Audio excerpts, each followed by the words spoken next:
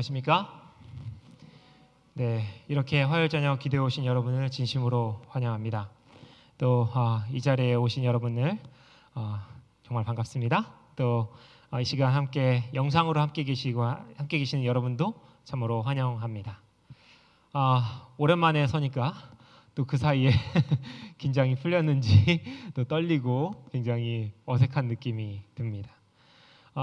성도 여러분들의 기도와 또 따뜻한 사랑 덕분에 인준 목사 수련회를 잘 저번 주에 다녀왔습니다. 가서 또 여러 가지 느끼고 또 어떻게 하면 더 좋은 목회자가 될 수 있는지 이것저것 이야기 듣고 그러고 여러분들을 위해 기도하고 그러고 왔습니다. 주님께서 또 그동안 드렸던 모든 기도에 응답하여 주시기를 간절히 바랍니다. 제가 거기서 기도했던 건 별거 아니고요. 코로나가 빨리 물러가서 이 성전이 좀 꽉 찰 수 있도록 해달라고 기도를 했는데 그 기도가 제가 얼마나 영성 있는 사람인지 얼마나 빨리 응답되는지 한번 봐야 될 것 같습니다. 오늘 함께 나눌 말씀은요, 요한계시록 연구를 계속해 나가도록 하겠습니다. 오늘은 요한계시록 6장에 있는 말씀인데요. 제목을 정했습니다. 정말로 꿈보다 해몽입니까? 라고 하는 제목으로 함께 말씀 나누려고 합니다. 항상 저희들 하는 것 있죠? 제가 이제 선교사에 있을 때, 천명 선교사에 있을 때 항상 챈팅이란 걸 했어요. 뭐냐면 이제 앞에 선창하는 사람이 이제 선창을 하면 뒤에 있는 사람이 후창을 하는데 매번 그것을 했습니다. 그러면서 처음에는 이게 뭐 하는 짓인가 싶기도 했지만 다 아는 거 굳이 할 필요 있나 생각했지만 또 그것이 마음속에 천천히 쌓이고 또 그러면서 때때로 힘들고 용기가 꺾일 때에 그때 그 챈팅이 생각날 때가 있었어요. 그래서 힘이 됐었던 기억이 있습니다. 오늘 이 시간 저희들에게도 마음이 조금 느슨해지고 나태해질 때에 우리의 이 선창들이 마음에 쌓여서 효과를 발휘했으면 좋겠습니다. 제가 먼저 읽도록 하겠습니다. 주님 오십니다. 네, 공부합시다. 네, 주님 오실 때 뭐 해야 돼요? 공부해야 돼요. 공부만이 살 길입니다. 어떻게 보면 고등학교 3학년보다 더 열심히 공부해야 되는 게 저와 여러분의 지금 당한 시간이 아닌가 싶습니다. 먼저 우리 함께 6장을 들어가기에 앞서 그 전에 있었던 일들에 대해서 잠깐 좀 살펴보도록 하겠습니다. 우리가 요한계시록을 크게 여러 부분을 나눌 수 있지만 그래도 큰 부분으로 나누자면 전반부는 이렇게 나눌 수 있습니다. 7 교회. 여러분 다 잘 아시죠? 이 지난번에 저희가 설교를 통해서 다 했습니다. 이제 저희가 7 교회 뒤에 나오는 요 장면을 무엇이라고 하냐면 7인이라고 부릅니다. 말 그대로 7인 장면이기 때문에 뭐가 있어요? 7개의 인이 나옵니다. 특별히 오늘 우리가 살펴볼 6장에는 7인 중에서 6개의 인이 소개되고 있습니다. 첫째 인, 둘째, 셋째, 넷째, 다섯, 여섯째 인이 소개되는데요. 각각의 인에는 특별한 사건들이 뒤따라 옵니다. 첫 번째로는 흰 말이 뒤따라옵니다. 둘째 인을 떼니까 무슨 일이 일어나요? 붉은 말이 등장하고요. 셋째 인을 떼니까 검은 말과 그 위에 탄 사람이 등장합니다. 아까 흰 말과 붉은 말도 위에 기수가 있고요. 넷째 인을 떼니까 청황색 말이 기수를 태우고 등장합니다. 다섯째 인을 떼니까 갑자기 장면이 확 바뀌어요. 그러면서 제단이 등장하고 그 뒤 밑에서 막 호소하는 영혼들이 있다 이렇게 이야기하고 있습니다. 마지막으로 여섯째 인을 떼니까 온 사방 천지가 다 난리가 나면서 또 이 지구에 있는 왕들과 또 하나님을 모르는 사람들이 무엇이라 말하냐면 산들과 바위야 내게 덮쳐서 제발 무너져 내려서 나를 깔아 뭉개다오. 그래서라도 하나님의 시선을 피할 수만 있다면 그렇게 해다오라고 하는 장면으로 여섯째 인이 마무리됩니다. 먼저 우리가 함께 좀 구조를 좀 나눠 볼 수 있는데요. 우리가 아주 쉽게 첫째 인부터 넷째 인까지를 한 묶음으로 볼 수 있고요. 다섯째 인부터 여섯째 인을 또 한 묶음으로 볼 수 있습니다. 이 부분에 대해서 우리가 좀 나중에 좀 살펴보려고 하고요. 오늘은 이 첫째 인에 대해서만 좀 살펴보도록 하겠습니다. 여러분 혹시 올해 무슨 년인지 아십니까? 우리나라에는 12개의 간지가 있고 또 60개의 갑자, 이게 돌아가는 게 있죠. 그래서 이 두 가지를 조합해서 이제 각 연도의 이름이 나옵니다.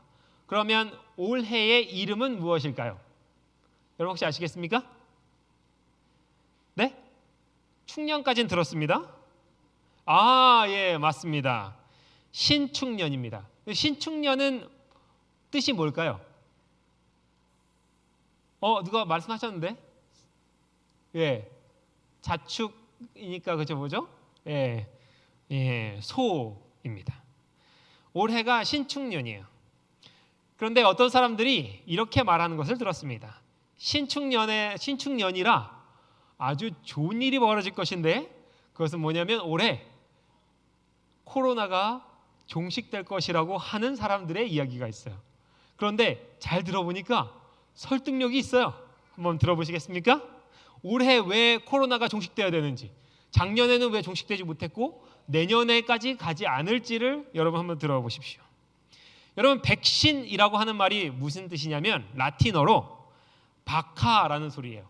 근데 그게 무슨 뜻이에요? 소라고 하는 뜻입니다. 그러니까 올해를 이 백신은 어디서 나왔다고요? 소에서 나왔다고요. 그러니까 올해가 무슨 연이에요? 흰 소의 연이니까 거꾸로 말하면 무슨 날이 됩니까? 백신년이 됩니다. 하야니까 백자이기도 하고요. 또 그래서 올해가 백신년이니 뭐가 없어질 것이다?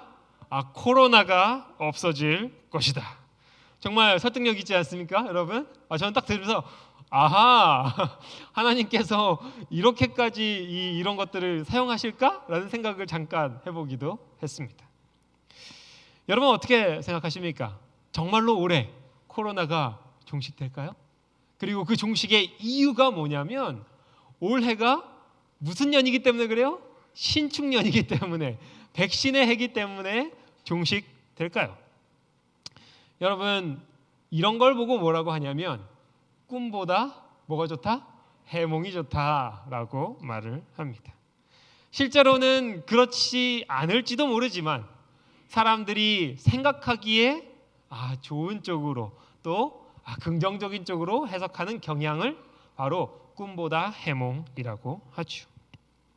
우리 사람들이 다 그런 것 같습니다. 그렇죠? 우리 인간이 다 좋은 쪽으로 상상하고 미래를 생각하게 되어 있어요. 제가 찾아보니까 도박을 하는 사람들의 심리도 다 똑같답니다. 도박하는 사람들이 다 뭐라 그래요? 다음에는 잘 될 거야. 그러니까 뭐 하지 못해요? 멈추질 못해요. 다음에는 망할 거야 하면은 어떻게 되죠? 갈 수 없겠죠. 사람의 심리가 그런 것입니다. 거기에 편승한 한 비즈니스가 요즘 굉장히 잘 되고 있다고 하는데요. 그것은 무엇이냐면 바로 점집이 그렇게 잘 되고 있다고 해요.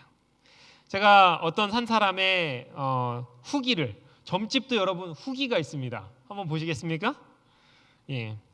제가 집안에 워낙 큰 일이 있어가지고요. 요 한 2, 3년 사이에 정말 유명하다는 철학관을 많이 가봤네요. 심지어 일본에 있는 곳까지. 굉장히 이런 쪽에 관심 있는 분이신 것 같아요. 크크크크. 부산에서 제법 유명하다는 철학관에 대해서 말을 할게요. 우선 서면에 땡땡땡 철학관인데요. 제가 당한 집안일이나 상태에 대해서 저는 절대 맞출 수가 없다고 생각했어요. 생년월일 말 안 하고 아무 말도 안 하고 있으니까요. 그런데 진짜 기가 차게 맞추더라고요. 크크크. 과거랑 현재를 정말 거의 90% 이상, 특히 지금의 현재를 맞췄다는 것에 기절하는 줄 알았어요. 여러분 용합니까? 딱 이 사람이 들어가자마자 뭐 가타부타 묻지도 않고 그냥 줄줄줄 읊었나 봐요. 그런데 이 사람이 이제 그렇게 다 듣고, 여러분 근데 사람들이 여길 왜 갑니까? 과거에 무슨 일이 있었는지, 현재 내가 어떤 상황인지를 확인하려 갑니까? 아니죠. 미래에 무슨 일이 있을지를 알아보려고 가는 거죠. 이 사람의 후기입니다. 그리고 나서 이제 미래를 말했는데요. 이제 2년이 지났죠? 다 틀렸네요. 크크크. 거기서 막 이제 용하다는 느낌을 딱 받고 미래에 대해서 2년 뒤에 이야기를 들었나 봐요. 그런데 이루어졌습니까? 안 이루어졌습니까? 하나도 안 이루어졌어요. 근데 이 사람이 포기를 하지 않아요. 이렇게 말합니다. 그 다음에 지오플레이스에 있는 곳은 거의 다 갔고요. 거기 아마 점집이 모여 있나 봅니다. 아마 이 사람 투어를 했나 봐요. 싹 쓸었나 봅니다. 그리고 거기 뭐 TV에 나온 사람이 있었던가? 여러분 TV에 나온 사람이 하는 점집 얼마나 비싸고 기다려야 됩니까? 근데 그 다 기다리고 본 거예요. 그 다음에 뭐 서울까지 오셨네요. 경기도권에서 유명한 곳을 봤는데, 근데 지금 웃긴 것이 그 당시 현재 상황에 대해서 다 맞춘 철학관에서 어딜 가든지 다 모였다는 겁니까? 현재는 다 맞췄대요. 그런데 뭐예요? 다들 미래도 똑같이 다 틀렸어요. 이렇게 얘기를 합니다. 그래서 저는 이제 철학관은 안 가려고 합니다. 저는 이분이 누군지 모르지만 좋은 결정 내리셨다고 생각이 됩니다. 이대로 가만히 있지 않고 교회로 향한다면 얼마나 좋을까요? 그렇죠? 예. 여러분 혹시 여러분도 이렇게 점을 보신 적 있습니까? 혹은 주변에 점을 보시는 분이 있으신가요? 저는 몇 분 제가 아는 분들이 있는데 저도 이 사람 보고 처음 아는 게 뭐냐면 한 곳만 가는 게 아니라 뭐예요? 여러 곳을 다 돌아다닌다는 것을 이번에 처음 알았어요. 그런데 여러 군데를 돌아도 미래에 대해서 얘기를 다 들었는데 그것이 다 하나도 성취되지 않았다라고 하는 후기를 주었습니다. 여러분 이런 곳에 가면 됩니까? 안 됩니까? 예, 가면 돈을 낭비하시는 겁니다. 그렇다면 우리가 궁금하죠. 과연 어떻게 이전 일과 현재 일을 맞췄을까? 여러분 어떻게 하면 어떻게 이 사람이 맞출 수 있었을까요? 아주 간단합니다. 많은 학자들이 이 점쟁이들은 확률에 의거하여 과거와 현재를 충분히 맞출 수 있다라고 이야기하고 있습니다. 더군다나 그 사람들이 하는 말이 무슨 말이에요? 너의 통장에 얼마가 있구나라고 얘기하지 않고 뭐라고 해요? 요즘 돈이 많이 부족하지라고 말합니다. 여러분 그런데 돈이 안 부족한 사람이 이 세상에 어디 있겠습니까? 그렇죠? 네. 그리고 그 앞에 선 사람들 중에 10대는 다 뭐에 어려움이 있어요? 공부와 부모님과의 관계에 어려움이 있을 겁니다. 20대는 무슨 어려움이 있을까요? 독립하고 또 자신의 커리어, 스펙 쌓는 일에 아주 혈안이지 어렵죠. 30대는 무슨 일이 있을까요? 결혼과 직장입니다. 얼마나 쉽죠? 40대는 무슨 일이 있습니까? 자식들 문제. 50대는 무슨 일이 있습니까? 사춘기에 접어든 아이들의 문제나 혹은 일찍 결혼했으면 자녀들이 이제 독립하고 결혼하는 문제입니다. 60대의 문제는 무엇입니까? 이제 슬슬 은퇴해야 될 나이가 됐어요. 삶의 황혼기를 어떻게 준비해야 될지 걱정이 있습니다. 70대의 문제는 무엇입니까? 건강입니다. 여러분도 점쟁이 하셔도 되겠네요. 제가 하는 말마다 다 하시는 거 보니까. 여러분 이 사람들이 하는 일이 무엇인가? 바로 꿈보다 해몽이라고 하는 말이 가장 잘 들어맞는 일입니다. 그들이 하는 일, 그저 미래에 대해서 듣기 좋은 말, 그럴싸한 말, 사실과는 동떨어지지만 그래도 이 사람이 믿기만 하면 되는 말을 하는 것입니다. 그러나 여러분 우리 하나님은 어떤 분이십니까? 꿈보다 해몽으로 우리에게 말씀하시는 분이십니까? 그렇지 않아요. 그분이 하시는 말은 분명하게 성취됩니다. 그분이 하시는 말은 모두 진리와 진실이 됩니다. 왜냐하면 그분께서는 해몽을 하시는 분이 아니라 처한 상황에 대해 어떻게 좋은 해석을 내려주시는 분이 아니라 그 처한 상황 자체를 바꾸실 수 있는 분이시며 우리가 가지고 있는 그 꿈 자체를 바꾸고 미래를 인도하시는 분이시기 때문입니다. 그런 면에서 오늘 우리가 요한계시록을 공부한다는 사실은 매우 중요한 일입니다. 오늘 우리가 함께 살펴볼 요한계시록은 그림을 한번 보시죠. 아까 말한 대로 첫째인, 둘째인, 셋째인, 넷째인 떨어질 때마다 흰 말, 붉은 말, 검은 말, 청황색 말이 등장합니다. 그런데 여러분 제가 이 공부를 준비하면서 연구를 해보니까 뒤에도 말씀드리겠지만 정말 여러 가지 해석들이 난무합니다. 거의 해몽, 각자 해몽이라고 해도 될 만큼 아주 다양한 해석들이 존재하고 다양한 결론들이 나고 있습니다. 여러분, 우리 교회의 머리이신 하나님께서 그분의 말씀을 해석하는 사람들이 왜 다 점쟁이들의 말처럼 각자 해몽일까요? 왜 그런 일이 벌어지고 있습니까? 우리 하나님이 점쟁이이기 때문입니까? 이 아리송한 말을 함으로 듣는 사람들이 알아서 해석하도록 만드셨기 때문입니까? 그렇지 않죠. 잘못된 해석은 이유가 있습니다. 특별히 이 세 가지 원칙을 지키지 않았기 때문입니다. 첫째 원칙은 무엇입니까? 성경은 성경으로. 두 번째는 무엇입니까? 구속의 역사에 비추어서 해석해야 된다는 것입니다. 세 번째는 계시록의 예언을 역사적 사건을 설명하는 것으로 이해하여 해석해야 된다는 것입니다. 이것이 무언가 영적인 세계에서 이루어지는 무언가 뜬구름 잡는 소리가 아니라는 것이죠. 이것에 대한 예시가 성경에 아주 좋은 예시가 두 가지가 있는데요. 무엇입니까? 바로 다니엘과 누구십니까? 요셉입니다. 느부갓네살이 꿈을 꿨어요. 해석을 부탁했습니다. 참 감사한 것은 하나님께서 다른 그 꿈 해석쟁이들의 입을 다 막으셨어요. 그래서 이 꿈을 해석할 수 없게 만들어 놓았습니다. 만약 해석할 수 있었다면 어떻게 되었을까요? 각자의 해몽이 난무했을 것입니다. 그러나 다니엘이 느부갓네살에게 하나님께서 인도하시는 해몽이 아니라 해석을 제시했어요. 또 마찬가지로 요셉도 마찬가지였습니다. 그가 마음속에서 그저 생각나는 대로 그의 바로의 꿈을 듣고 그냥 상징에 되는 대로 끼워 맞추는 그런 해석이 아니라 미래에 실제로 일어날 일에 대해서 서술하는 그러한 해석을 내놓았습니다. 여러분, 그렇다면 오늘 우리가 살펴보게 될 요한계시록 6장도 똑같은 일이 벌어지겠습니까? 그렇죠. 이 일도 반드시 하나님의 예언이며 또 모두가 다 성경이 지지하는 그러한 해석을 만들어 내야 된다는 것입니다. 먼저 이렇게 시작합니다. 계시록 6장 1절입니다. 내가 봄에 어린 양이 7인 중에 하나를 떼시는데 그때 내가 들으니 내 생물 중에 하나가 우레소리같이 말하되 뭐라 하십니까? 오라 하기로, 이렇게 얘기를 합니다. 둘째 인을 떼실 때에도 똑같은 일이 벌어지는데요. 둘째 생물이 뭐라고 말합니까? 오라 합니다. 셋째 생물도 마찬가지고요. 넷째 생물조차도 뭐라고 합니까? 오라 합니다.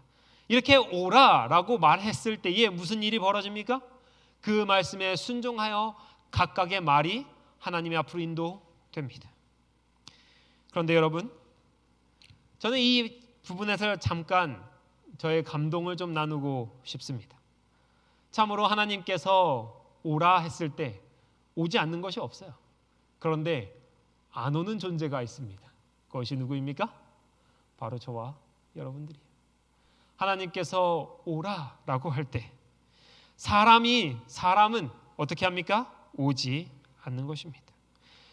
그 부름에 오지 않은 사람들에게 무슨 일이 벌어지는가? 계시록 6장 15절 16절입니다. 땅의 임금들과 왕족들과 장군들과 부자들과 강한 자들과 모든 종과 자유인이 굴과 산들의 바위 틈에 숨어 산들과 바위에게 말하되 우리 위에 떨어져 보좌에 앉으신 이의 얼굴에서와 그 어린 양의 진노에서 우리를 가리라. 그들의 진노에 큰 날이 이르렀으니 누가 능히 서리요 하더라. 공포에 떨게 되는 것입니다. 여러분, 하나님께서 부르실 때에 오지 않으면 무슨 일이 벌어지는가? 그분께서 오시는 것입니다. 그런데 그분께서 오시면 무슨 일이 벌어집니까? 바로 이와 같은 일들이 벌어지게 됩니다.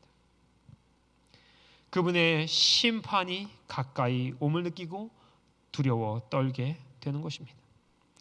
그런데 아까 내 말 말고도 하나님께서 오라라고 또 말씀하셨는데 계시록 22장 17절입니다. 성령과 신부가 말씀하시기를 오라 하시는도다. 듣는 자도 오라 할 것이요 목마른 자도 올 것이요 또 원하는 자는 값없이 생명수를 받으라 하시더라. 그뿐 아닙니다. 시편에도 이렇게 말하고 있어요. 오라 우리가 여호와께 노래하며 우리의 구원의 반석을 향하여 즐거이 외치자. 오라 우리가 굽혀 경배하며 우리를 지으신 여호와 앞에 무릎을 꿇자. 여러분, 이 말씀을 곰곰이 묵상하면서 하나님께서 이 오라라고 하는 말을 예전에도 한번 하셨는데 성경에 기록되지 않았을지도 모르겠다는 생각을 했습니다. 그때가 언제냐면 아담과 하와 때였을 것입니다. 하나님께서 에덴 동산에 오셨는데 무슨 말을 하셨어요? 아담과 하와야, 내가 어디 있느냐? 이 말은 앞에 무슨 말이 있어야 성립되는 말입니까? 오라. 아담과 하와야, 내 앞으로 나오라. 그런데 나오지 않자 주님께서 그 다음으로 하신 말이 무엇이었을까요? 내가 어디 있느냐? 이런 말이 아니었을까 합니다. 어쨌든 주님께서 우리들에게 창세기부터 계시록까지 끊임없이 하시는 말은 오라라고 하시는 말씀인 것입니다. 여러분, 이 시대에 얼마나 이 오라라고 하는 말에 순종하기가 어려운 때인지요. 이 오라라고 하는 말을 순종하려 치면 얼마나 주변에서 도끼 눈을 쳐뜨고 쳐다보는지요. 그러나 여러분, 주님의 말씀이 뭐라고 하고 계세요? 오라 하고 계십니다. 지금이 은혜 받을 만한 때라고 말씀하고 계신 것입니다. 여러분, 부디 이 코로나의 시대이지만 주님께서 오라고 하시는 이 음성을 들으시고 주님 앞으로 나오기를 힘쓰게 되시기를 간절히 바랍니다. 그런 원암교회가 되어 이곳이 좀 가득 찼으면 좋겠습니다. 자, 이제 요한계시록 6장 2절을 좀 살펴보도록 하겠습니다. 저 위에 조금 남아있는 것은 1절의 한 부분입니다. 이해를 돕기 위해 남겨뒀습니다. 본격적으로 한번 보겠습니다. 내가 보매 어린 양이 7인 중에 하나를 떼시는데, 드디어 우리 구주 예수님께서 하나님의 오른손에 있던 이 7 봉인이 되어 있는 두루마리를 받으셔서 첫 번째 인을 떼십니다. 그분만이 이 인을 떼실 수 있고, 또 이 인을 다 떼셔야 무엇을 하실 수 있어요? 정황상 보니까 이 인을 다 떼셔야 재림하실 수가 있어요. 그래서 이제 인을 하나씩 떼기 시작하십니다. 이에 보니 뭐가 있는데, 떼니까 갑자기 흰 말이 어디선가 하나 옵니다. 근데 그 위에 사람이 한 명 있는데 활을 가졌대요. 그리고 그 머리에는 면류관이 있고요, 또 나아가서 이기고 또 이기려고 하더라, 이렇게 말하고 있습니다. 여러분, 이 사람의 먼저 색깔을 좀 살펴보도록 하겠습니다. 흰색. 이 흰색은 과연 무슨 뜻일까? 과연 이 흰 말은 무엇을 나타내는 것일까? 우리가 자세한 설명을 할 수 있지만 이 부분은 조금 가볍게 넘어가도록 하겠습니다. 바로 이 흰 말이 상징하는 것, 그것은 바로 우리가 7 교회의 시대와 동일하게 에베소 시대의 교회를 상징하는 그러한 내용입니다. 바로 에베소 교회에서처럼 순전한 신앙과 또 하나님에 대한 사랑을 간직한 그러한 교회 시대를 또다시 한번 이곳에서 중첩하여 보여주고 있는 것입니다. 우리가 계시록 1장, 2장, 3장을 살펴보면 흰색의 의미를 좀 알 수 있습니다. 그의 머리와 털의 희기가 흰 양털 같고 눈 같으며, 이거 누굽니까? 예수님이에요. 예수님이 흰색으로 온 몸을 치장하고 계세요. 그러므로 흰색은 바로 예수님의 색깔이라고 볼 수 있을 것입니다. 계시록 2장 17절에 이렇게 말하고 있습니다. 이기는 그에게는 내가 감추었던 만나를 주고 또 흰 돌을 줄 것인데, 그러므로 흰색은 무엇을 상징하는가? 승리한 자의 색깔을 상징하기도 합니다. 마지막으로 계시록 3장 4절입니다. 사대교회를 얘기하면서 흰 옷을 입고 나와 함께 다니리니 그들은 합당한 자인 연고라. 품성에 대한 얘기도 되면서 그들의 삶의 모습도 되면서 또 그들의 믿음의 강인함도 됩니다. 그러므로 흰 말이라는 것은 초대교회의 순전한 믿음, 그리고 이 시대에는 하나님을 사랑하는 백성들, 그 백성들의 모습도 상징하고 있다고 얘기할 수 있겠습니다. 자, 이제 두 번째입니다. 여기 두 번째 보니까 흰 말을 탄 자가 또 무엇을 받았대요? 면류관을 썼대요. 이 면류관은 무엇인가? 바로 스테파노스라고 하는 단어의 번역본입니다. 이 계시록에는 또 성경에는 두 가지의 어떤 관이 나타납니다.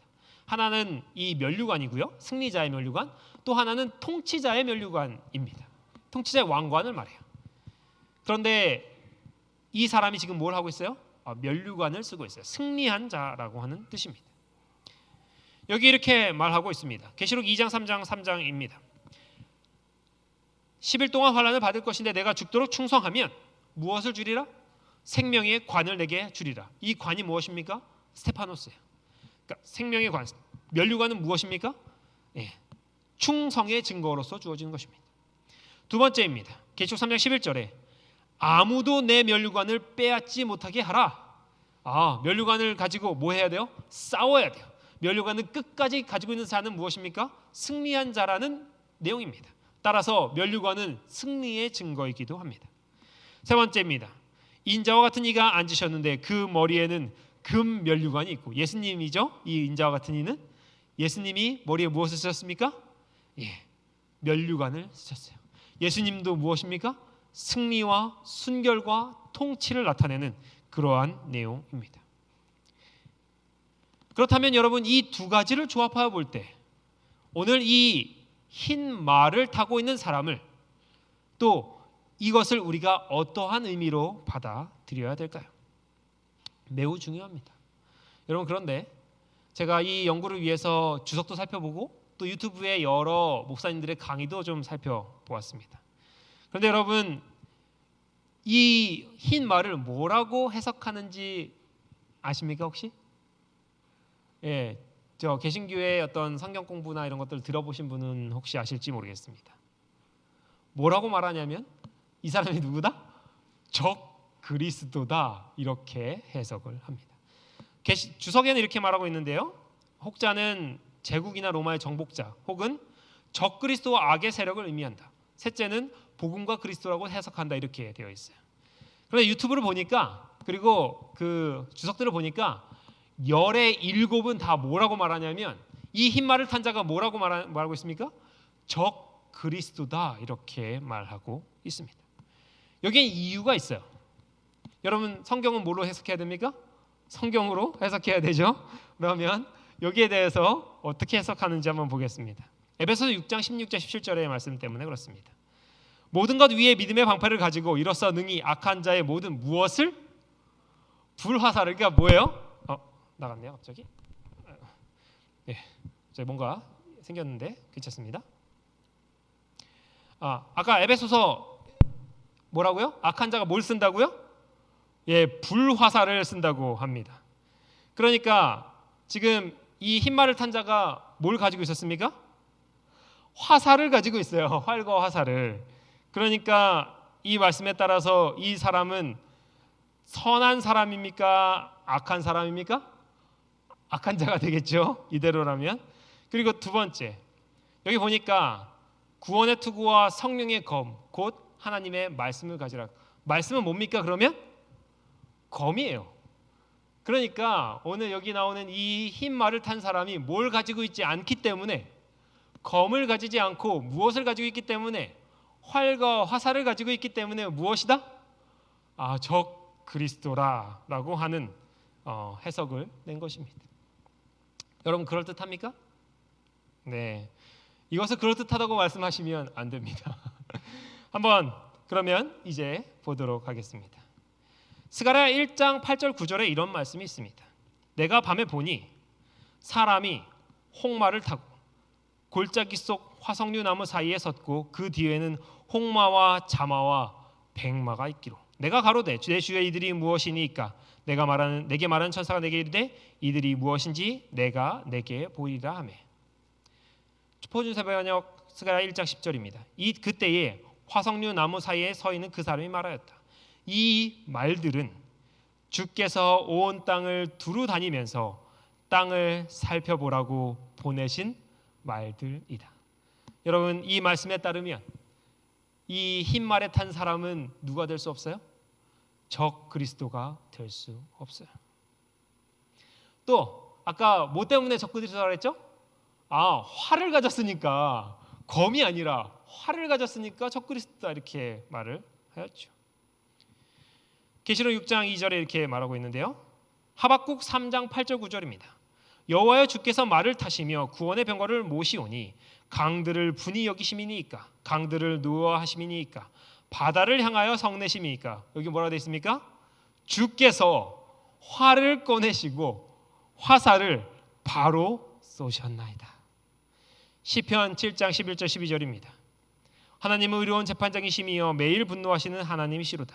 사람이 회개하지 아니하면 그가 그의 칼을 가시며 그의 활을 이미 당기어 예비하셨도다. 여러분, 그러므로 이 흰옷을 입은 사람은 적그리스도가 아니에요. 그렇다면 하나님께서 이것을 통하여 우리에게 무엇을 말씀하고자 하시는가? 여러분, 아까 이 장면들이 어디서 따왔다고 그랬죠? 여기 지금 보니까 스가랴 1장 그리고 하박국 3장에서 따왔습니다. 여러분, 스가랴 1장은 무슨 내용이냐면 이 내용입니다. 이제 페르시아가 온 나라를 바벨론을 정복하고 이스라엘 백성들이 바벨론의 종 밑에서 자동적으로 페르시아의 종으로 넘어갔어요. 종살이로 넘어갔어요. 그러면서 다리오 시대가 됐는데 스가랴가 이상을 봅니다. 이상을 보는데 천사들이 이렇게 말하는 거예요. 하나님, 70년이 다 찼습니다. 이제 70년이 다 차셨으니 이제 이스라엘을 원 땅으로 돌리시는 것이 마땅합니다. 이런 얘기를 하고 있어요. 하나님의 나라가 회복되어야 됩니다 라고 말할 때 무엇이 말하고 있다고요? 말이 등장하고 있다는 것입니다. 또한 하박국 3장에 이 내용들이 있었는데요. 하박국 3장은 또한 이렇게 말하고 있습니다. 제가 읽어드리도록 하겠습니다. 하박국이 하나님께 불평을 해요. 하나님, 이 땅이 온통 간역과 악인들로 가득합니다. 어찌하여 하나님께서 공평을 하지 않으십니까? 그럴 때 하나님께서 뭐라고 하시냐면 이제 내가 활과 화살을 챙겨서 그 모든 불의와 또한 악인들을 다 멸하리라. 그들의 마음을 바꾸리라 하고 하시는 말씀이 바로 이 하박국의 내용입니다. 따라서 오늘 하나님께서 이 흰 말을 통하여 우리들에게 말씀하시는 바는 무엇인가? 그것은 바로 시대소망 104쪽에 이렇게 나와 있습니다. 하나님께서는 죄인들에게 발린 말을 하도록 당신의 기별자를 보내지 않으신다. 하나님께서는 거룩하지 못한 자들을 치명적인 안전 속에 빠뜨리려고 평화의 기별을 주지 않으신다. 그는 범죄자의 양심에 무거운 짐을 두어 그 심령을 회오의 화살로 찌르신다. 여러분, 흰 말을 탄 자가 하나님의 병명을 부름받아 나왔어요. 그의 손에는 활과 화살이 들려 있었습니다. 오늘 그 활과 화살이 무엇이라고 말하고 있습니까? 회오의 화살, 회개하게 하는 화살, 사람들을 잠에서 깨어나게 하는 화살, 그 화살을 가진 자가 지금 이 때에 필요하다는 것입니다. 시대소망 255페이지도 이렇게 말하고 있습니다. 중간의 부분에 제가 표시를 안 했네요. 무엇이라고 말하고 있습니까? 진리의 화살이 심령을 꿰뚫고 이기심의 방벽을 허물며 회개를 일으켜서 마침내 감사의 마음이 되게 할 것이다. 여러분, 하나님께서 가지고 계신 활과 화살 필요합니까? 필요합니다. 그리스도의 말씀은 예리한 화살과 같이 청중들의 마음을 쏘아 꿰뚫었다. 여러분, 지금도 주님께서 이 화살을 쏘고 계실까요? 아니면 그만두셨을까요? 여전히 지금도 쏘고 계십니다. 저와 여러분의 마음에 쏘고 계세요. 그러나 이 화살을 어떻게 해야 돼요? 피하는 것이 아니라 이 화살은 몸을 들이밀어서 맞아야 되는 화살입니다. 바로 주의 앞에 나와야 맞을 수 있는 화살인 것입니다.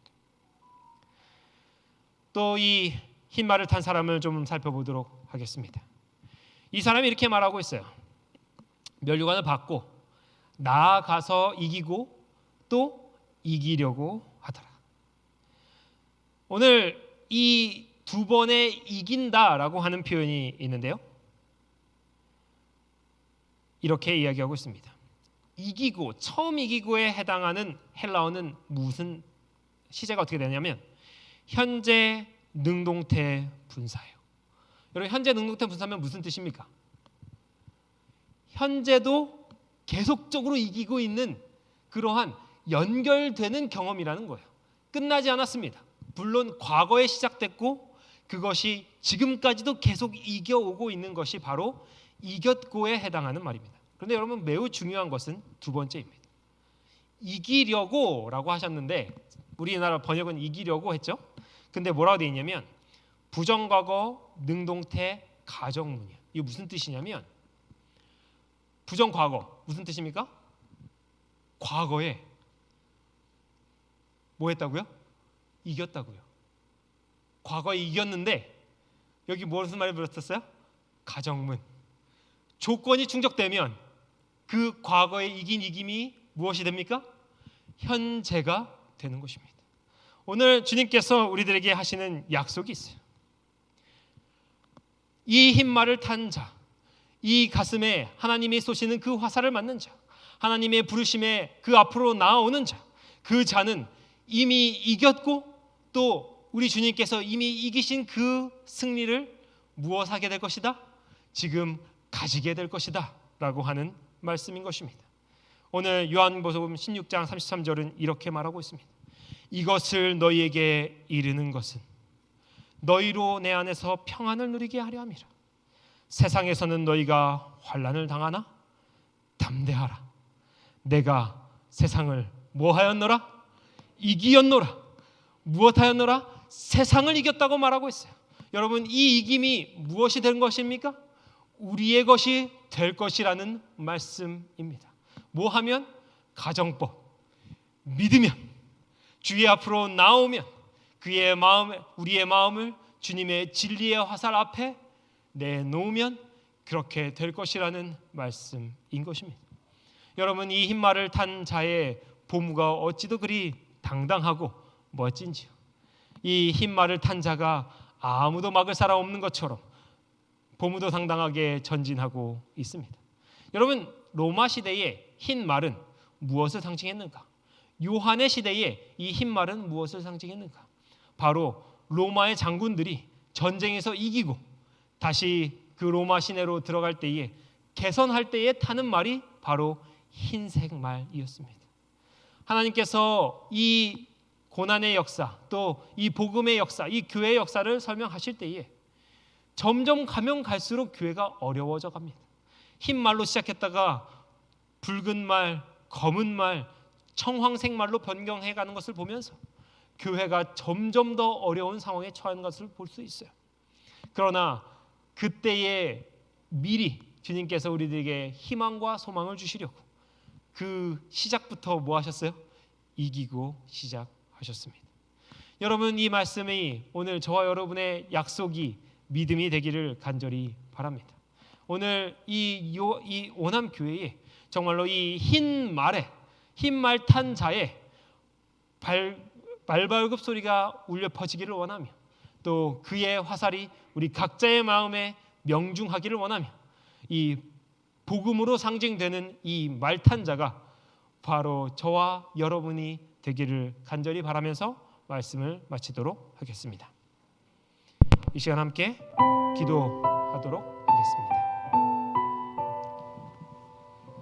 기도 제목을 읽어드리도록 하겠습니다. 새롭게 진리를 찾아가는 영혼들이 있습니다. 기도반에 올라와 있었는데요. 박채용, 김태성님의 예수님을 개인의 구주로 만날 수 있도록 여러분 기도해 주시고요. 또 이외에도 여러 구도자들이 있다면 기도해 주시기 바랍니다. 두 번째는 안식일이 치러지는 것으로 거론되고 있는 검정고시 시험의 날짜가 바뀌어질 수 있도록 기도해 주시고요. 또한 다시 퍼지고 있는 코로나를 억제해 주시고 하루빨리 백신의 공급이 이루어져서 우리가 마스크를 벗고 함께 웃을 수 있는 날이 올 수 있도록 기도해 주시기 바랍니다.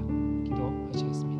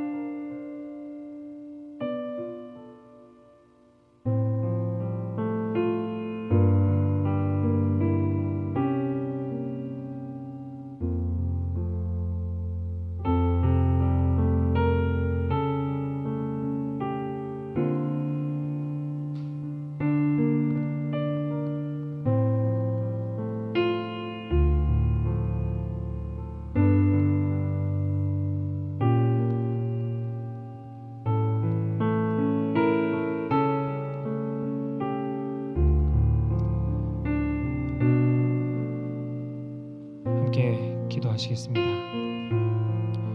사랑과 자비가 많으신 아버지 하나님, 당신의 복음이 말탄 자의 기수처럼 끊임없이 전진해야 하오나 지금 코로나라는 큰 장벽에 가로막혀 더 전진하지 못하는 것처럼 보이고 있습니다. 아버지, 이제 당신께서 도와주셔서 이 교회와 각 성도들과 그리고 목회자들 함께 도와주셔서 각성이 일어나고 우리의 마음에 당신의 진리의 화살을 쏘아주셔서 복음으로 불타오를 수 있도록 도와주시옵소서. 주님, 이 시대에 정말 진지하고 열렬한 노력을 기울이는 그러한 당신의 성도들이, 제자들이 태어날 수 있도록 주님 도와주시옵소서. 이 호남교회를 사랑해 주시고 또 이 교회에 새로운 영혼들이 더욱 많이 들어와서 어려운 중이지만 열매를 맺는 일에 소홀히 하거나 게을리하지 않도록 주님 도와주시옵소서. 아버지, 또한 이 오남 지역을 당신께서 돌보아 주셔서 하루가 멀다 하고 나오는 이 확진자들 당신께서 막아주시고 돌보아 주시고 또 멈추어 주셔서 이 지역의 사람들의 마음이 당신의 역사가 있음을 느낄 수 있도록 도와주시옵소서. 이제 복음의 역사가 막히는 것 없이 사단의 역사에도 불구하고 그 모든 것들을 뚫고 전진할 수 있게 도와주시옵기를 예수님의 이름으로 간절히 기도드렸습니다. 아멘.